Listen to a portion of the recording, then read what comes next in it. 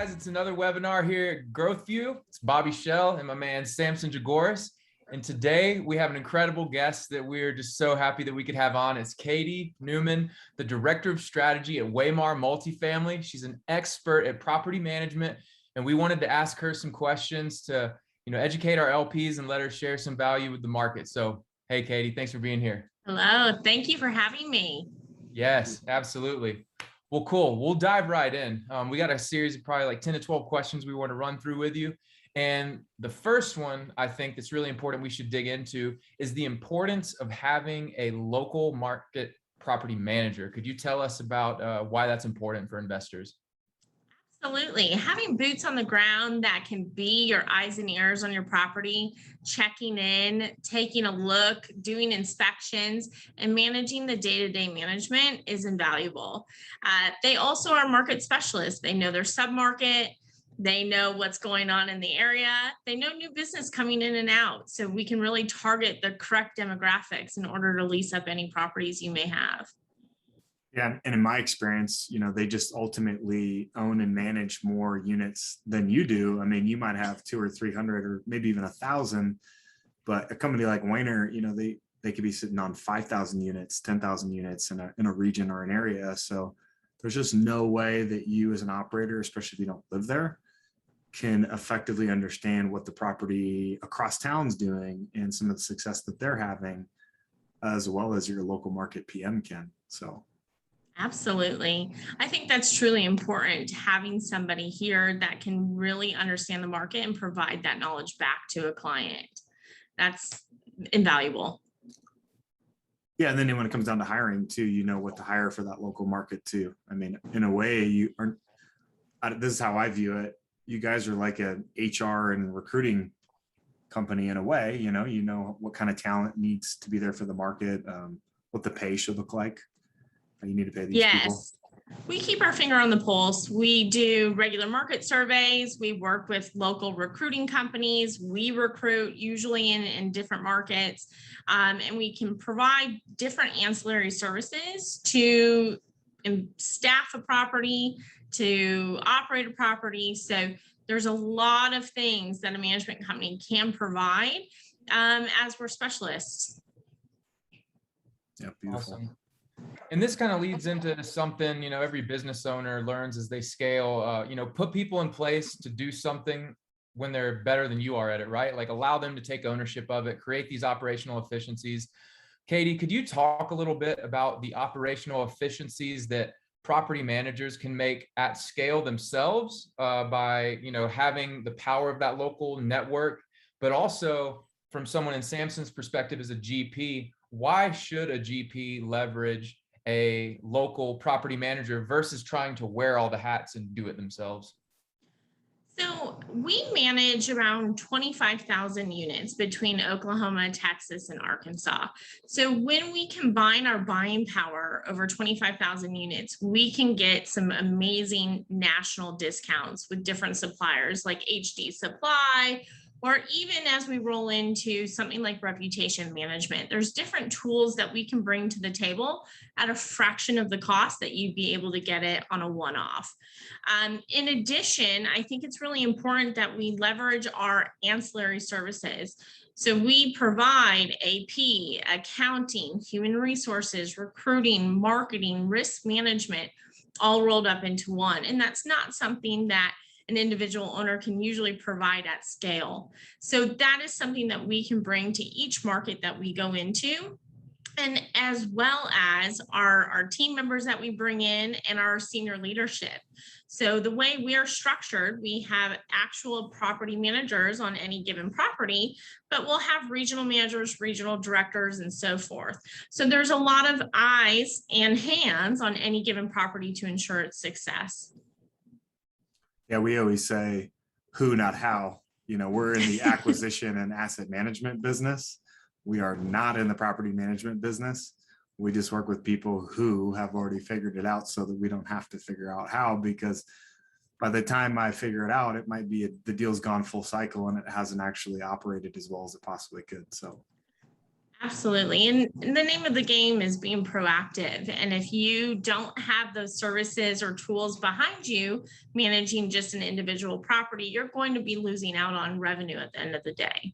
Yep. And even though you feel like you're saving the 4 or 5%, you're really losing out on 8, maybe 10% in upside. So you're really stepping over dollars to pick up dimes at that point. Yes, you are. Absolutely. And that's one of the things a lot of people think they can manage these assets and do it themselves to save on that management fee, when in actuality, it will cost you more in the long run should you not have all of these tools in place before you jump into management. It's a lot harder than it looks. Absolutely. I like that. And you said something important, Katie. You said being proactive. It's hard for a general partner to be proactive when they're already doing so much to get return for investors. So as far as being proactive, like one key thing is not only attracting tenants, but keeping them. Hiring people costs a lot of money. And, I imagine it's the same for getting a good tenant into the place and keeping them. Could you speak about that a little bit? Absolutely. It's one of those things where we definitely focus on resident retention, but ideally, in the way I tend to run our properties, is around a 50% retention rate. We know people are going to be moving out, and that also provides us an opportunity to push rents for a new resident or implement a rehab program in order to grow those rents. So there are possibilities, even though you might be pushing somebody out or increasing rent on renewal. As long as you're getting a good tenant in that can pay the increased rent, you're going to be making more money in the long run. On the flip side, in order to retain at least 50% of your residents, you have to have retention programs in place. This could be dependent on your demographic. This could be something as simple as free customer service request, make sure your maintenance is done on time. Or you could go a step further, and it could be about building a community on your property. And that's through resident events and resident engagement. There's a lot of technology out there as well that will assist in building that community engagement and resident engagement on your properties. But a lot of it will come down to the team that you have on site. If you don't have the right team, you're not going to build that sense of community. Got it.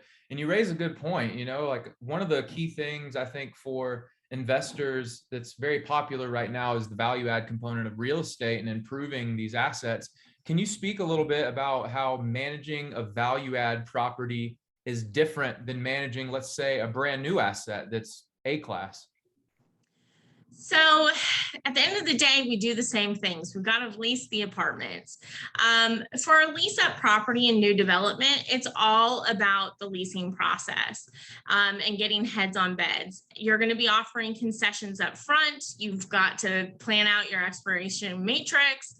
But new development is truly not into the nitty gritty. It's really going to be focused on marketing and leasing. Now, with a value add property, you have to have probably increased team members on site. You have to develop a renovation program. You also want to plan that out with any of your suppliers so you make sure that you have the amount of supplies needed in order to turn the specific amount of units that you're looking for.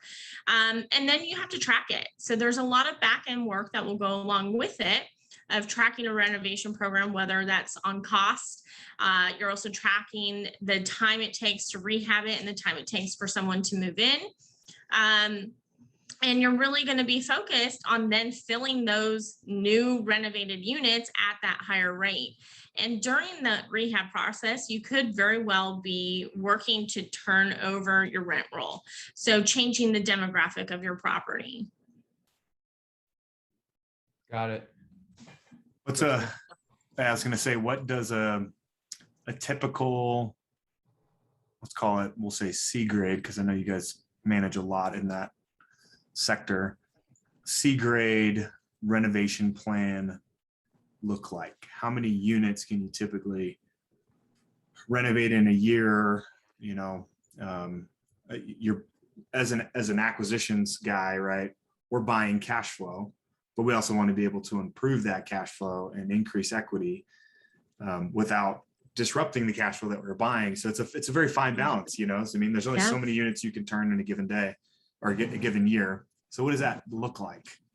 I think it depends on the business plan and what the renovation looks like. Most renovations nowadays, if you're doing a full renovation, are going to include flooring, paint, appliances, plumbing fixtures. So your faucets, your towel bars, your shower rods, and then a lighting package. So your ceiling fans, your wall lights, your ceiling lights.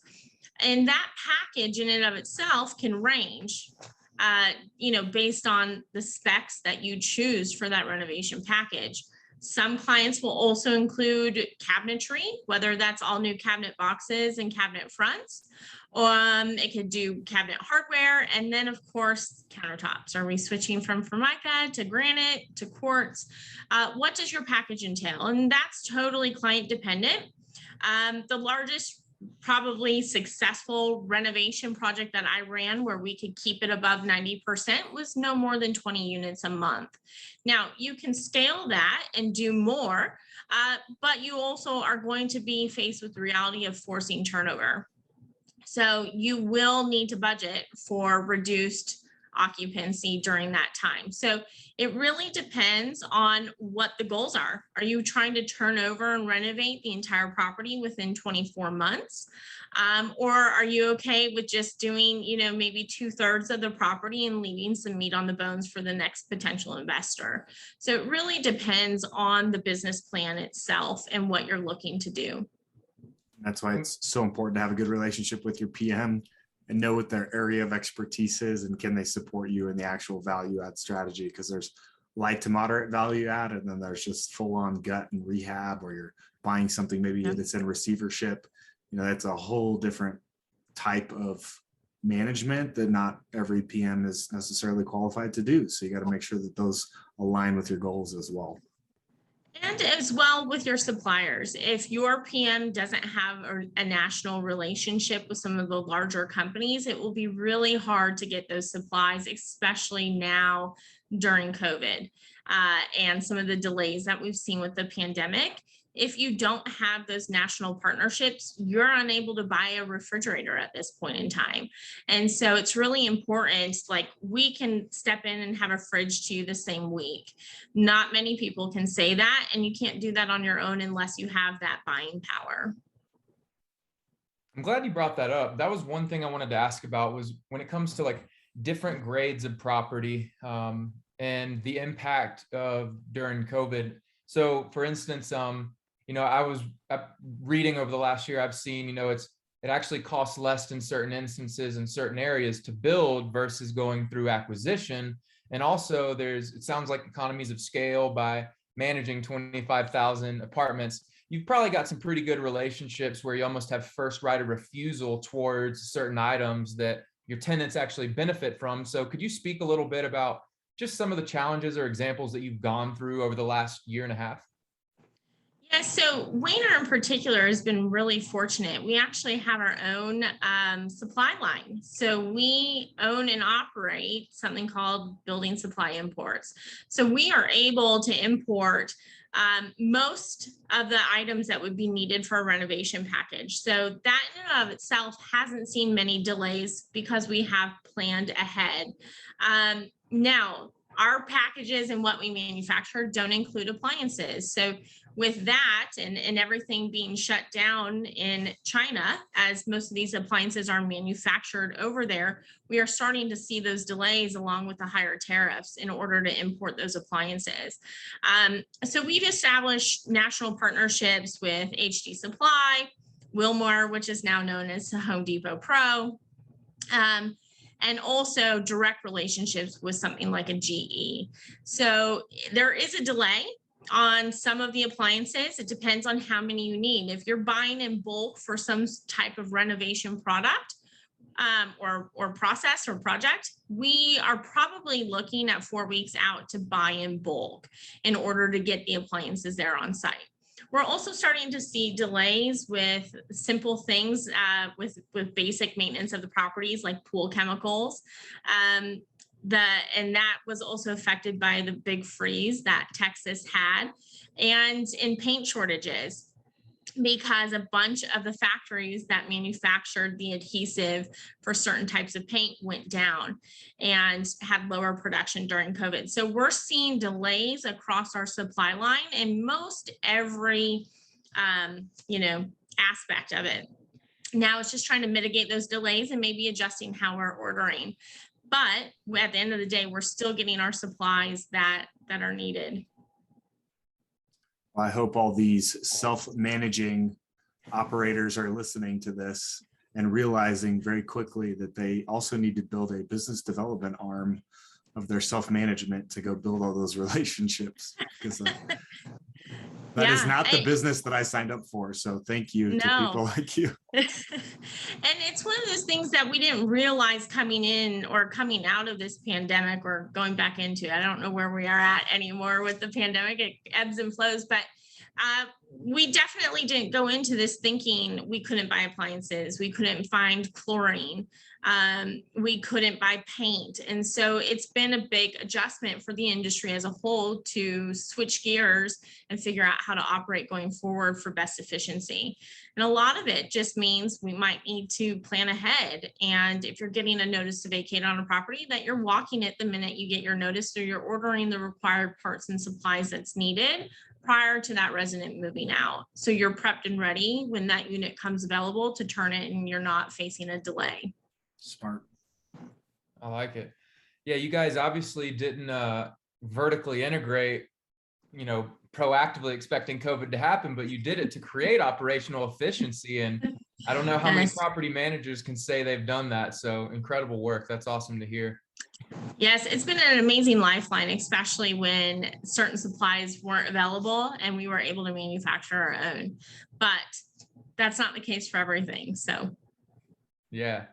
Well, cool. So this goes into another good question. We've talked about, you'd mentioned having boots on the ground, having some of these operational efficiencies because you guys have this economy of scale. But can you talk a little bit about the pros and cons of a manager either having, too few properties or, too many properties? There's a fine line in just how you manage that. But can you talk about how you guys have done this so well and just the pros and cons of that?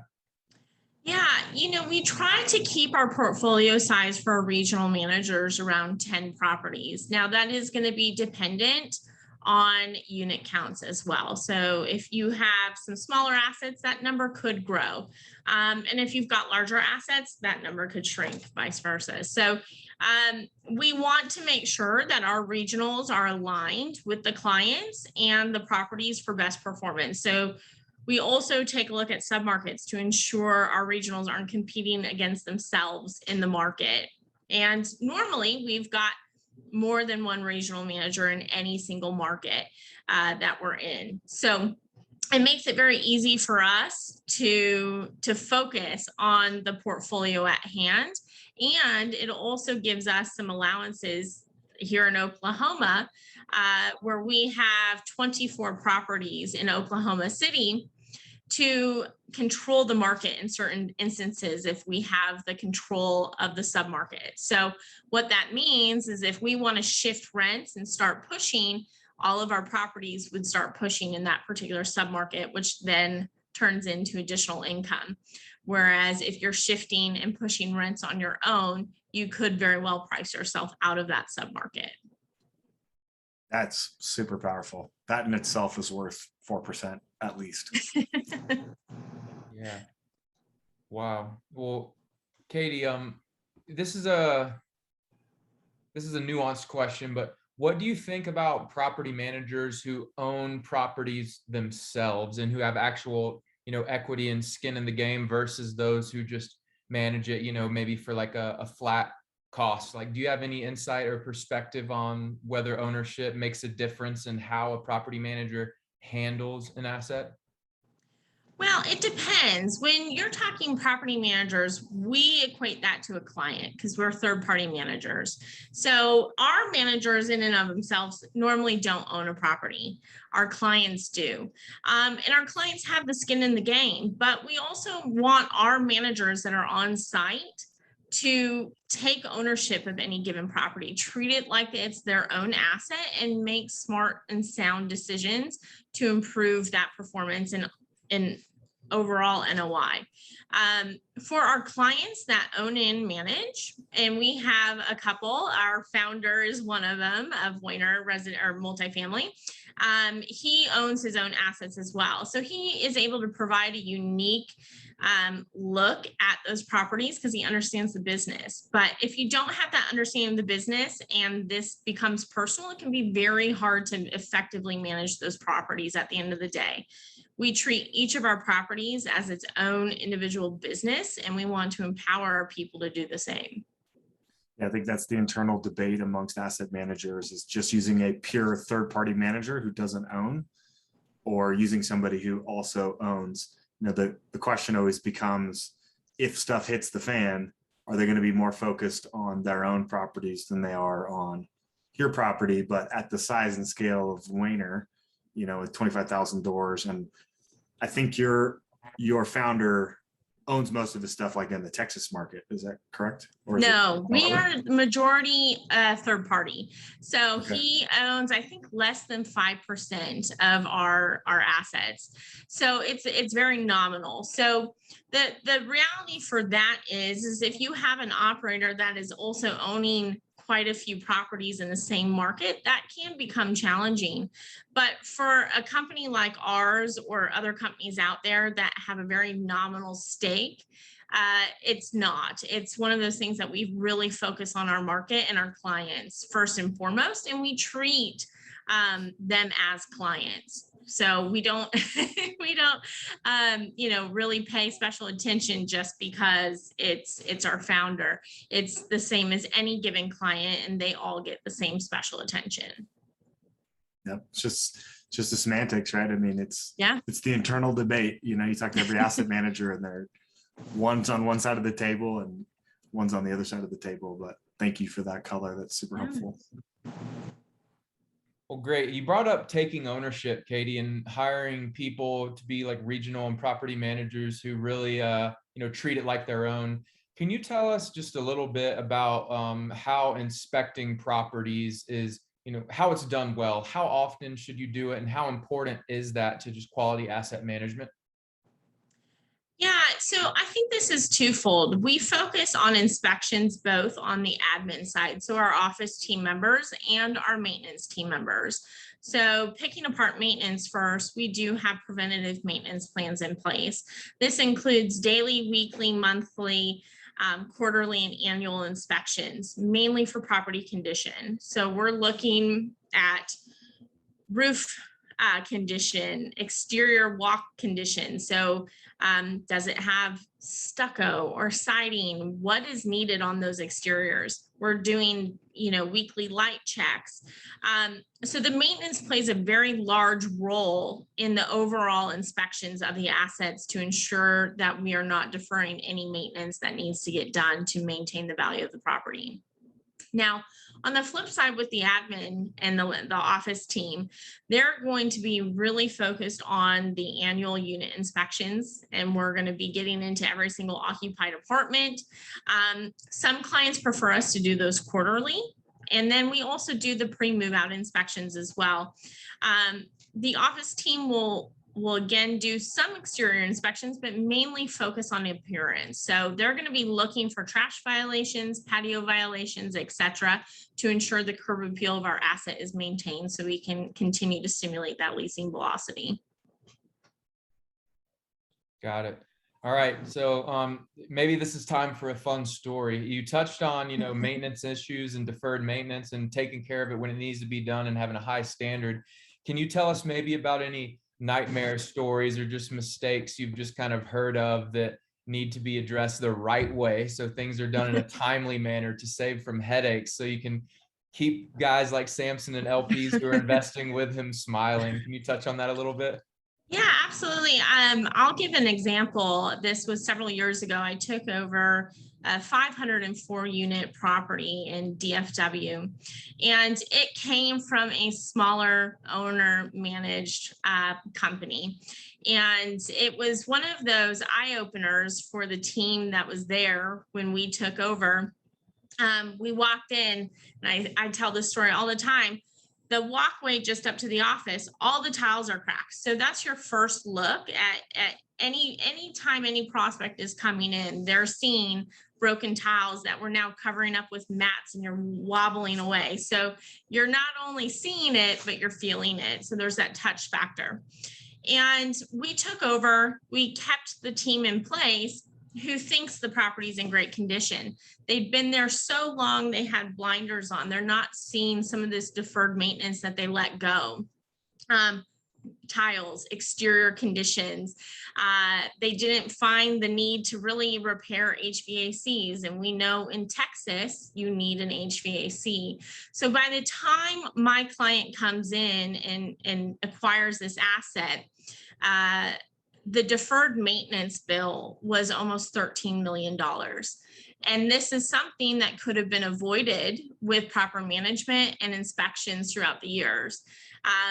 And make sure you're putting money into your capital projects. If you're ignoring carpentry work on the exterior of your building, for example, this particular property had stucco and they weren't doing carpentry repairs and repairing the stucco and the EFIS bands, it caused some incredible water intrusions into the units. So your costs then spiral out of control versus $1,000 stucco repair.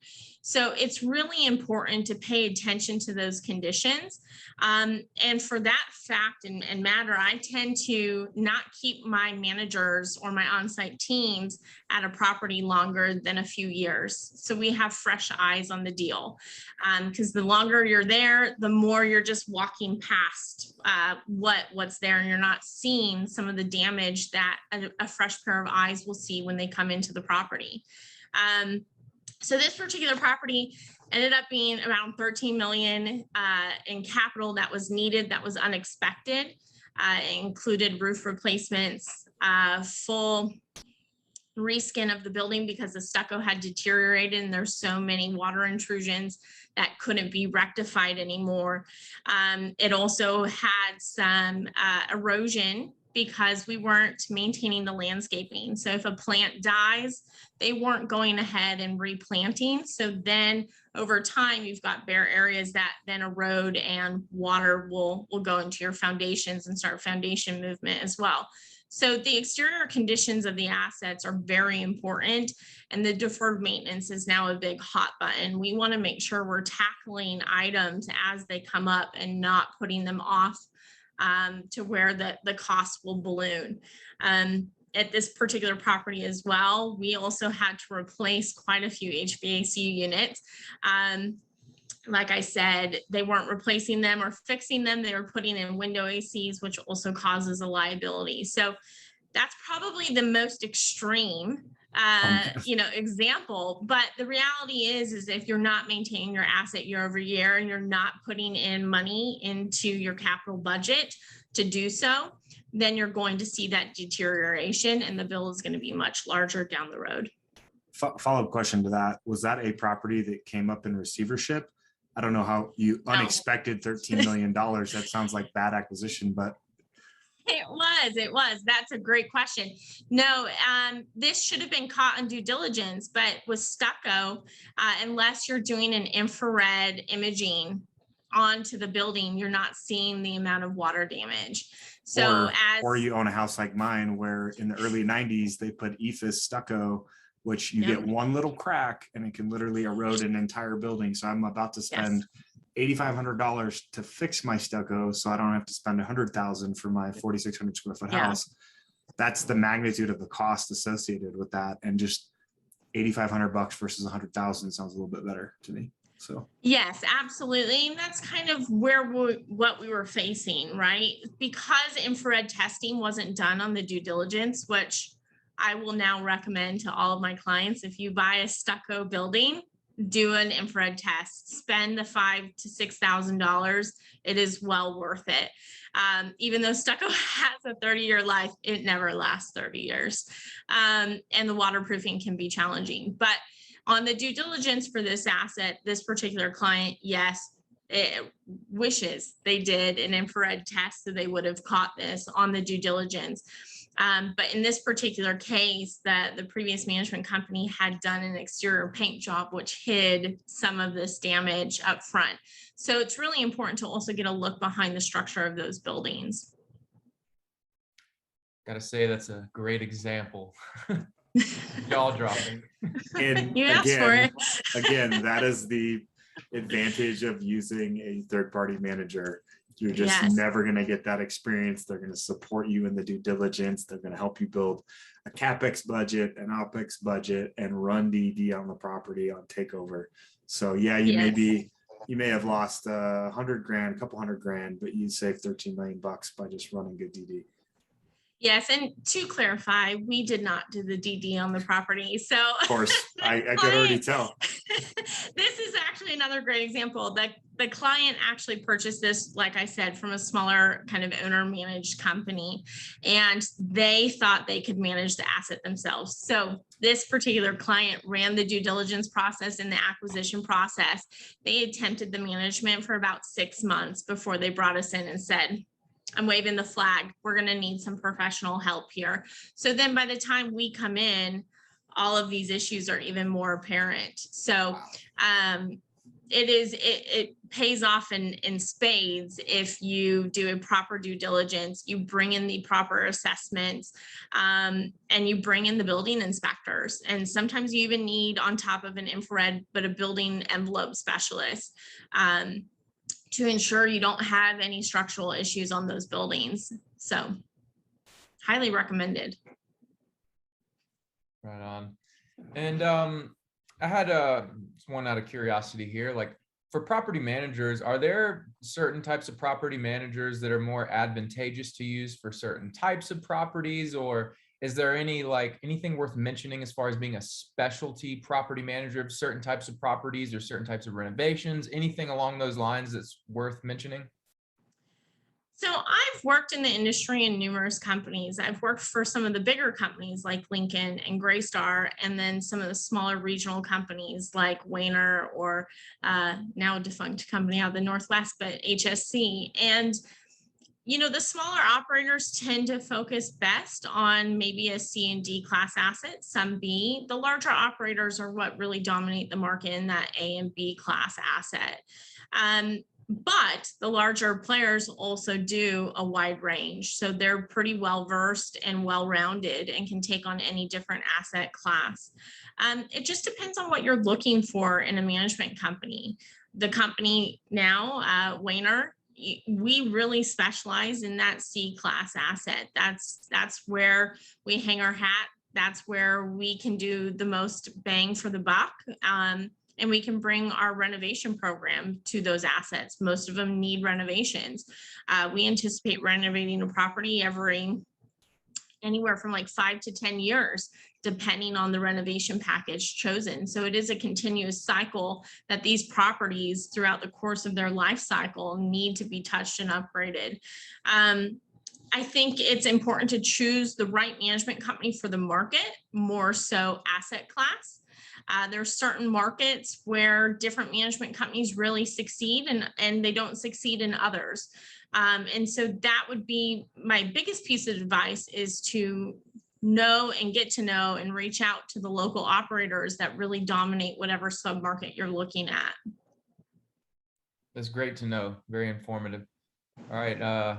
One other COVID question. I saw online, like in some news articles, that the eviction moratorium, I believe, has wrapped up. Can you just touch on what challenges maybe property managers are going to face now that some of this stuff is going through Congress or the Senate, and just how that impacts your job for what you're doing day by day? Yeah, it's severely impacted our business in several ways. Obviously, the CDC eviction moratorium that was put in place last year expires October 3rd, which was now just overturned by the Supreme Court.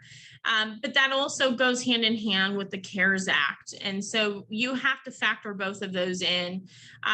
Now that the Supreme Court has overturned the CDC moratorium, we can process evictions more freely. In most markets, we were still able to process evictions, but we had to certify that they have not met the conditions of that CDC eviction moratorium. They have not tried to make payments. They have not been in communication, etc. The burden of proof was on the landlord in order to push those evictions through. And at the end of the day, it really was dependent on the judge in each municipality. In DFW, for example, you could have a judge in Dallas that won't push through an eviction, but in the city of Richardson, they would. So it was fully dependent on which judge you were getting and what they were going to be looking at. We definitely saw increased delinquency across the board, but our C and D class assets and A class assets got hit the hardest. Bs were kind of right in the middle. Now A's and B's are recovering a lot quicker than the C's and D's. And that's where the rent relief programs come into play that each state is offering. And we are working with our residents to apply for those rent relief programs. But a lot of it, the burden of that application process is on the resident. And if they don't want to do it, then you can't recoup that money. And most of these programs will pay up to 15 months worth of rent. So it's really important that we try that route before evicting somebody and being out a year and a half worth of rent. I know we all want them out, or we want a tenant that can pay in place, but it's really hard to walk away from 15 months of rent outstanding. So we're really encouraging all of our clients to also participate in these programs. To us, it's a no-brainer to really, tackle these rent relief programs. Oklahoma in particular has a program where the burden of proof is on the resident, and then the landlord will complete their portion of the application. Texas, they've done it both ways, but you can also apply as a landlord for rent relief for your residents. So it gives you a little bit of an option to go ahead and stimulate those applications by starting them yourself. We are now trying to push through with all of the evictions now that the eviction moratorium has ended, but we also still have to fight the battle with the CARES Act. That's still in place in some markets more than others, where it's now requiring a 30-day notice instead of your standard 3-day, 5-day, 10-day, whatever it may be in each state or county. So we're working through that now. We're probably going to see a flood of evictions, but the rent relief programs are stationed at the courthouse. So even if you are filing an eviction on a resident who owes rent, the judge will push that resident into that rent relief program for you. So it's kind of our last ditch effort to just file the evictions. If they get relief, great. We pull back and we dismiss the eviction and we get all of our recouped rent. If they don't qualify, which we're seeing in some cases, people saw this as an opportunity to just not pay rent and they were gainfully employed the whole time, then we are proceeding with that eviction. Each market's been a little bit different, but overall delinquency, which we'd always like to see less than 5%, is really in our portfolio now hovering right around 20. So we've seen that drastically increase. Got it. Samson, were there any follow-up questions or anything you wanted to ask here just as we wrap up? No, that's the dirty stuff that nobody wants to talk about when it comes to managing assets. Dealing with tenants, I mean, they're essentially your customers, right? So it's a fine balance. Yeah. When you're navigating somebody's home and hoping that most people are being truthful about their situation, and simultaneously dealing with some people that are taking advantage of it. And then you have the whole nuance, and I don't know how I feel about it, good, bad, or indifferent, of government intervention into the private markets, which throws a whole new layer of stuff in there. So stuff that made us all better in 2020 for sure, and we're all planning for the future on should that happen again, because we've now opened the door for government intervention into the private markets for the future. So it's not really a question as much as it's just a statement of the things that we're thinking about as we move forward in this business. Because at the end of the day, no matter how you skin the cat, people still need a place to live. And so our business isn't going anywhere, but how we manage some of that risk that wasn't there before is going to be a little bit different. Absolutely. And I piggyback off of that and say, with the continual extensions of the CDC eviction moratorium, it provided our residents kind of an excuse not to pay. The last time before it was extended, where everyone thought it would be running out and it wouldn't be extended, we started to see more people pay on time. The minute it got extended, our delinquency shot back up. So our hope is that now that the Supreme Court has overturned it, we start to see more consistency with paying rent on time, knowing that there is an eviction potentially looming. And we're hoping that turns it around a little bit. On the flip side, we are seeing recovery in the market a lot faster than we anticipated this year. With the housing market on the rise in most areas, especially in Texas and in Oklahoma, more and more people are being pushed towards apartments because they can't get their offer approved on a house. So we're starting to see some significant rent increases year over year.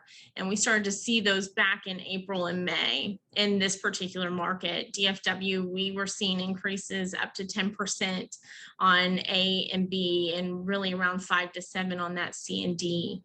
So we are starting to see the recovery, which is really nice. I don't know how long those aggressive pushes will last, but we're trying to capitalize on it while we can. Yeah, that's awesome. Awesome color. Thanks for sharing that. Well, Katie, you've been an incredible resource. Clearly, you know your stuff. I think this is wonderful for our listeners to hear. If anyone wants to reach out to you and say hello or use you as a resource, what's the best way to get a hold of you? Absolutely. I'm on LinkedIn, or you can email me at katie@wehnermultifamily.com. And we're here to assist in any way that you need. Awesome. Well, thank you so much for doing this again, and we'll have to do it again sometime. Thank you. Thank you, guys. Thanks, Katie. See ya.